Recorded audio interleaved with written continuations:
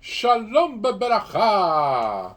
Vamos a continuar con la lectura y estudio de la Torá en nuestro año 5784, el mes de Adar 2, Adar Bet, en el cual estamos comenzando un mes en el cual nos permite, debido a que se extienden este segundo mes, a ver la Parashá Pekudei, que no está junta a Bayaquel de este año.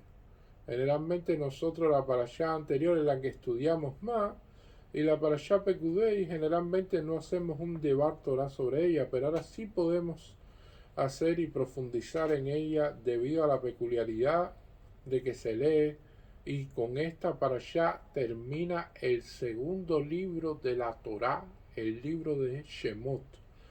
Dice así esta parashá: אלה פקודי המשכן העדות אשר פוקעת על פי משה אבות הלווים איתמר בן אהרון הכהן. Estos son los recuentos, las cuentas del tabernáculo, el tabernáculo del testimonio que fueron registrados a instancias de Moshe.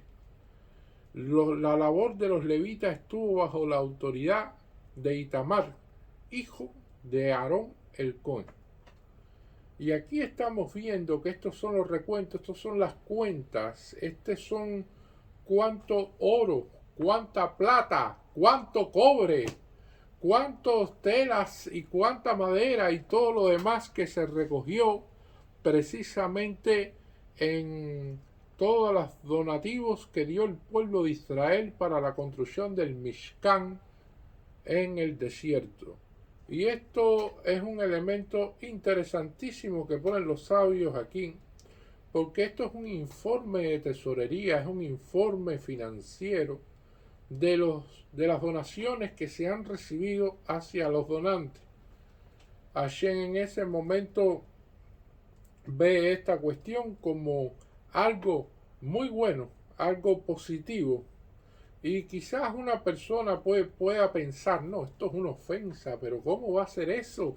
Que Moshe Rabbeinu, líder del pueblo de Israel, tenga que dar cuentas a los demás integrantes del pueblo, pero Moshe, que es Moshe, que habla con Hashem diariamente, se pudiera decir que no existe ningún profeta como él, una persona que ha llegado a ese nivel espiritual, una persona que evidentemente es desinteresado, una persona que tiene cualidades que no existe nadie más modesto que Moshe.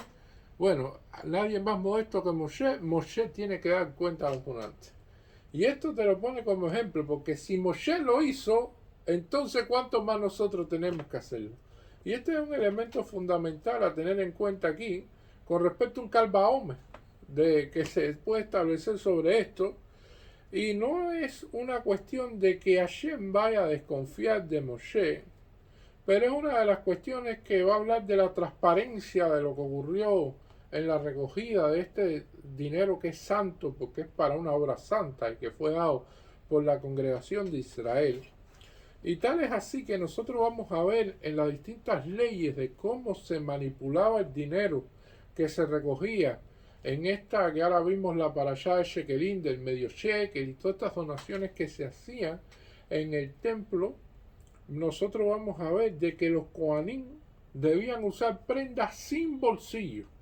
O sea, no podían tener bolsillo. Eso de recibir una donación y metértela en un bolsillo, eso no estaba permitido. Los kohanim no podían tener bolsillo en sus prendas, pero además tampoco podían usar un dobladillo en las batas, en los pantalones que usaban, algo que pudiera utilizarse para entonces meter el dinero allí. O sea, una de las cuestiones que era revisado cada cohen a la entrada y a la salida, y los que manipulaban el tesoro como tal del templo.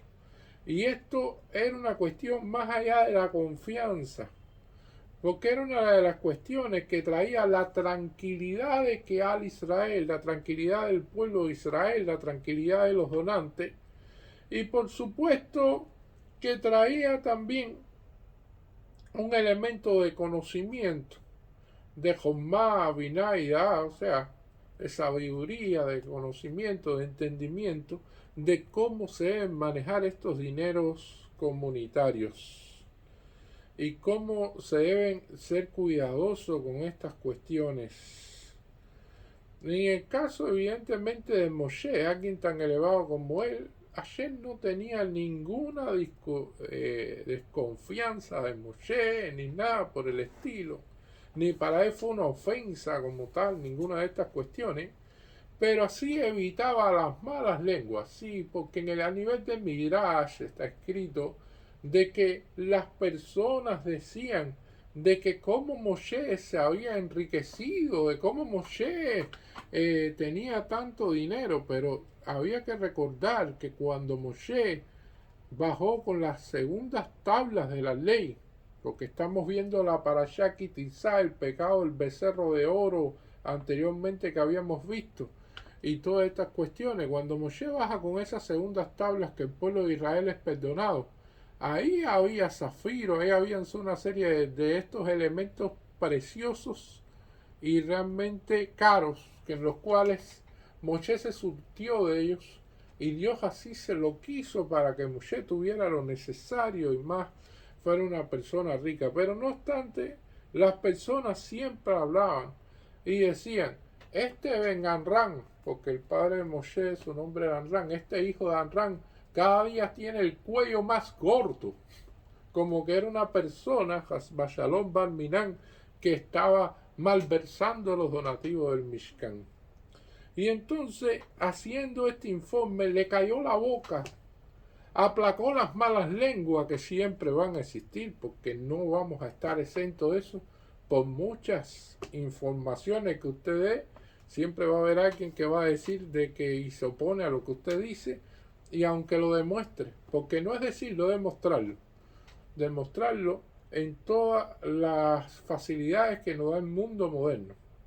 Porque hoy en día se pueden tener recibos, hoy en día se pueden utilizar los celulares para tirar fotos, para tirar videos, para demostrar en qué se utilizaron los donativos. Y uno puede dar no solamente un papel en blanco y negro, sino puede dar la emoción de las personas cuando recibieron lo que se recibió para que fuera entregado a esas personas necesitadas. O sea, hoy en día podemos realizar todavía un poco más de este tipo, se pudiera decir, de rendición de cuenta, de este tipo de informe con muchos más detalles y instantáneo al momento. El mundo moderno lo permite. Y esto es una de las cuestiones interesantes que va a aparecer aquí. A los donantes siempre se les informa en qué se gastó su dinero hasta el último centavo, y hay que ser extremadamente riguroso con eso. Porque esto es una de las cuestiones que va a garantizar de que tenga un buen nombre, que está por encima de todo. Si usted tiene un buen nombre, si usted tiene una buena reputación, si usted hasta eso es un kiddush Hashem, o sea, es una santificación del nombre de Dios, que diga, mira qué bien manejan los Yehudim estas cosas. Hoy en día eso, mira, estas personas ayudan, esta gente dan ayuda cantidad, esta gente apoya en cantidad, ahí todo se ve, ahí lo que la gente da. Inclusive que otros vengan y te digan, bueno, la verdad que cada vez que nosotros lo apoyamos a ustedes, vemos el resultado y vemos que las cosas funcionan y vemos que lo que nosotros dimos está ahí, se ve en qué se dio. Y entonces no crear ningún tipo de duda y ningún tipo de habladurías. Todo Yehudí debe evitar el lashon hará. Y sin embargo de Moshe hablaron, porque hay gente que no se puede callar. Y esta generación nuestra se perdió mucho con respecto a estas ambas cosas. O sea, hay cuestiones de lashon hará, la gente habla. Pero también hay cuestiones que tienen que ver cómo la gente maneja los fondos comunitarios y cómo funciona, porque se han escuchado casos por ahí y entonces que todavía han pasado los años y siguen hablando de eso. Y no han llegado a tener todavía, se puede decir, de que las personas estén satisfechas con lo como se han manejado las cosas. Y hay que tener mucho cuidado con eso, y es una de las cuestiones que ha pasado en esta generación. En generaciones anteriores, en épocas anteriores, hace 200, 300 años, la gente tenía más cuidado, tenía, se podría decir, se llevaban todavía las cosas con mucha más santidad, y estas cosas eran en muchos sentidos para las personas que manejaban esto, de algo sagrado que no debería tener ningún tipo de situación. Tal es así que cuando nosotros vemos la Gemara y nos explica que Rabí Akiva siempre lo acompañaba a alguien cuando él iba a pedirse de acá, llevaba a otra persona que iba con él para que viera que él no se quedaba con nada. Y entonces vamos a ver que ese actuar de Rabí Akiva también es como actúan algunos jajanes que también a veces cuando ellos están en el proceso ese que viajan el mundo y recógense de acá y todas estas cosas, le piden que por favor le revisen las cuentas, que vean todos los recibos, y esto se conoce en hebreo como nekiut.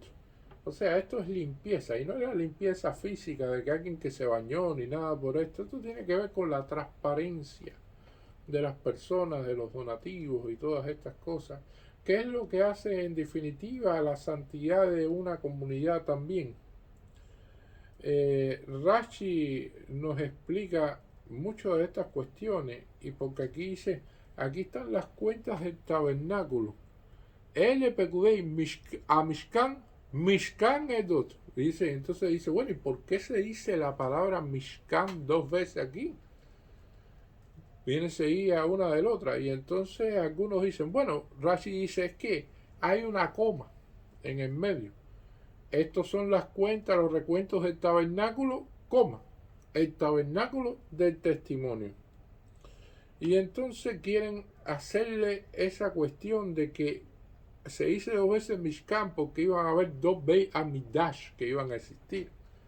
Y esa es otra explicación que se dan, y que es un mashkon, o sea que es una garantía como tal de la existencia de estos dos templos. Pero además, Mishkan del testimonio. ¿Qué testimonio estamos hablando aquí? Mishkan del testimonio. Y nos está hablando del testimonio de que atestigua ante todo el mundo de que el pueblo de Israel fue perdonado del pecado del becerro de oro. Ese es el testimonio que va a atestiguar de que el pueblo de Israel finalmente fue perdonado de ese pecado, porque si no, no existiera el Mishkan. Si no, no se hubieran recogido estas donaciones. Si no, los Kohanim no hubieran realizado estos sacrificios. Si no, no hubiera existido nada de esto, porque el pueblo de Israel no iba a sobrevivir precisamente esta cuestión. El pecado del becerro de oro es un pecado grave, gravísimo. Un pecado que tiene que ver con la fe. Y es una de las cuestiones en las cuales solamente a través de un perdón único e irrepetible, se pudiera decir, el pueblo de Israel fue perdonado, y esa tienda es el lugar donde se estaba la Shejinah de Hashem, donde bajaba esa Shejinah y se establecía ahí. Era un recuerdo y era un testimonio de que Hashem no había perdonado. Esa es la cuestión que quiero resaltar aquí. Y es una de las cuestiones que vamos a ver aquí, que fueron registrados a instancias de Moshe, y que toda, inclusive cuando se habla de cosas comunitarias, que inclusive las personas si están impurificadas, todo el pueblo de Israel se impurificó, y viene una festividad y hay que hacer los sacrificios que se hacían en el templo, bueno, a nivel de comunidad se puede hacer. Si es una persona o dos que están impurificadas, bueno, ellos que no lo hagan, que se purifiquen. Pero si toda la comunidad se impurifica, al final pueden hacerlo a nivel de comunidad, y esto es una de las cuestiones interesantes. Pero bueno, la cuestión también es de que esta impureza que vamos a ver aquí, que tiene que ver con el pecado del becerro de oro, es una cuestión importante, es una cuestión que atraviesa toda la cuestión de la creencia en la Torah. Y entonces, cuando dicen que Hashem perdonó al pueblo de Israel, en la Gemara hay discusión. En la Gemara dicen, no es que lo perdonó, es que cedió. Y el ceder ¿qué significa? Que dejó pasar. Y entonces la Gemara dice por otro lado, bueno, sí, pero si tú dices que Hashem cedió sobre los pecados, eso no está correcto. Eso no es una forma correcta de decirle, la persona está equivocada. Y entonces la cuestión que dice la Gemara después es que Hashem no cede ante un pecado, sino que Hashem tiene mucha paciencia. De que Hashem deja que pase el tiempo y que Hashem precisamente tiene sablanut, tiene la paciencia necesaria para después ver qué es lo que pasa, cómo las personas se comportan, qué es lo que lleva el libre albedrío para que las personas pidan perdón. Y Rashi en este caso establece y lo dice que esta parte de ceder no es que cedió a todos los pecados, no es que Hashem va a perdonar o que Hashem va a ceder y que va a dejar pasar todos los pecados de las personas. Eso no va a suceder así. Es que en esta ocasión, a nivel de pueblo, a nivel de todo Israel, entonces única e irrepetible, de manera, se pudiera decir como excepción de la regla, dejó pasar este pecado sin establecer las consecuencias en las que el pueblo de Israel estaba inmerso. Porque las consecuencias que traía este pecado era la muerte y la desaparición, Hasbashalom Barminan, del pueblo de Israel, de como existía en aquel entonces. Y era una de las cuestiones, una de las derivadas que podía suceder si no cedía, si no dejaba pasar, se pudiera decir, este pecado. Y Moshe tuvo que ver precisamente con este perdón. Y Moshe rezó y Moshe intentó por todos los medios y lo logró, de que el pueblo de Israel fuera, en este caso, que se le dejara pasar esto de una manera única, excepcional. No es que va a ceder a Shem ante los pecados de las personas ni nada por el estilo, sino que en esta cuestión Rashi dice que esto fue una excepción, algo que dejó pasar, pero que realmente es una de las cuestiones que se puede decir que son medulares, que pueden decir que son realmente de los cimientos del pueblo de Israel, porque recordemos que en ese pecado ellos dijeron que ese era el Dios.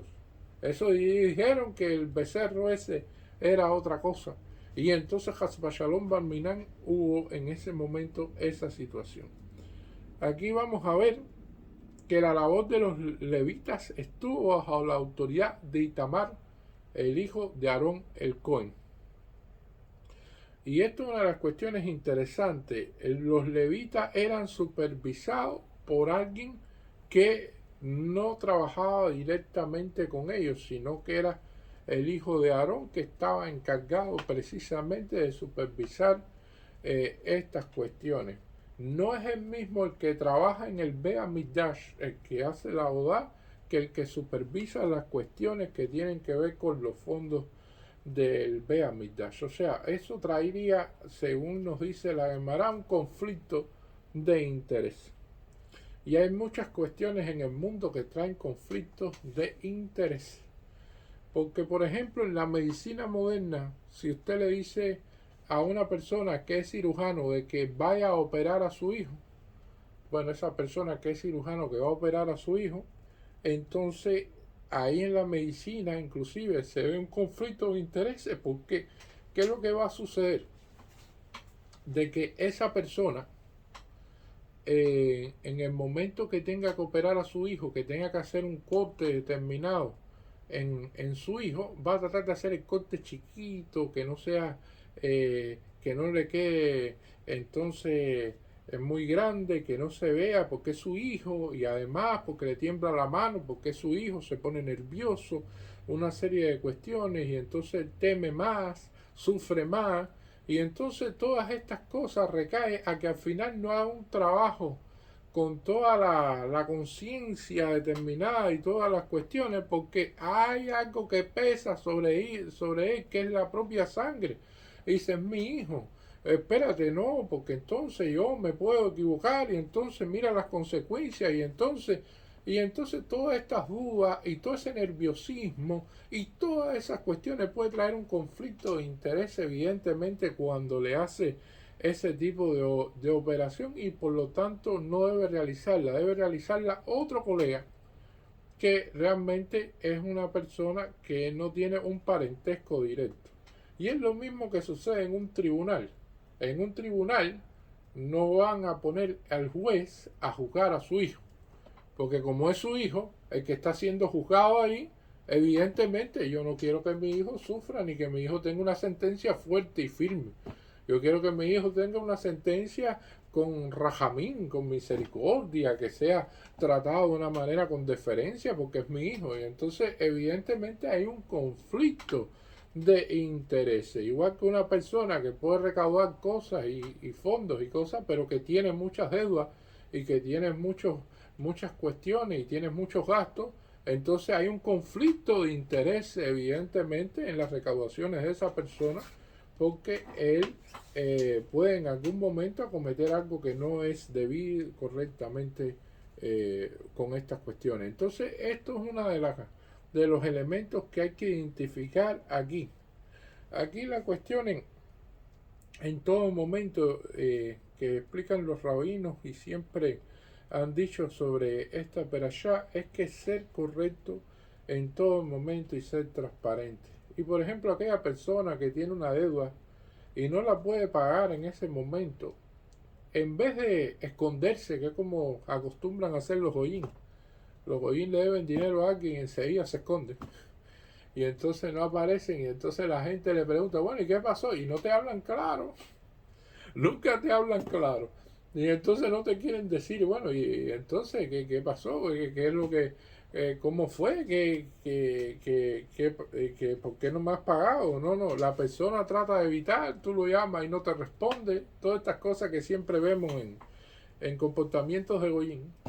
Y entonces, ¿cómo debe ser un Yehudí? Un Yehudí, si no puede pagar, debe ir antes de que se cumpla el plazo o el día a más tardar que se cumplió el plazo y llamar a la persona que le debe o hablar directamente con la persona que debe, esa sería la mejor cuestión. Y decirle, mira, te debo tanto, no tengo el dinero, te estoy dando la cara, tengo esta situación, pienso pagártelo así, o pienso hacer aquello, o cómo podemos resolver, o yo tengo esto, pero hacerlo de una manera legal, transparente, directa, conciso y conceso. Y entonces esto es uno de los elementos a tener en cuenta de cómo se debe comportar con ese nivel de ser correcto, con ese nivel de ser transparente, con ese nivel de honestidad como tal, sin ocultar nada, diciendo las cosas como son, para que precisamente puedan llegar a un entendimiento con el acreedor. Estos son uno de los elementos fundamentales a tener en cuenta, porque el comportamiento de la humanidad y lo que se ve mucho que uno analiza es que las personas no tienen palabra. Su palabra no tiene ningún tipo de, se puede decir, de seguridad en nada. Porque las cosas que dicen es contrario a lo que hacen. Entonces cuando te dicen de que, sí, no, yo voy a ir allá, no van allá.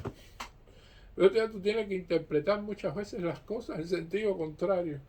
Porque no, te dejan perplejo cómo las personas no le dan importancia y fuerza a las cosas que dicen y cómo aseguran cosas que no son así. Y entonces esto es una de las cosas elementales que un judío, un yehudí, alguien temeroso de Hashem, alguien que cree en Hashem, porque eso es importante.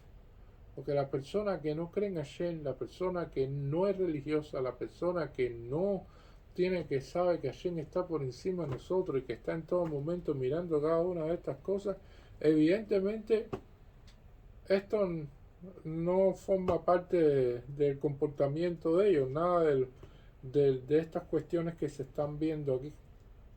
Pero una persona que sí sigue estos elementos tiene que tener en cuenta todo esto y una integridad como tal para que así entonces santificar el nombre de Dios no solamente ante nuestro pueblo sino ante las demás naciones. Muchas gracias.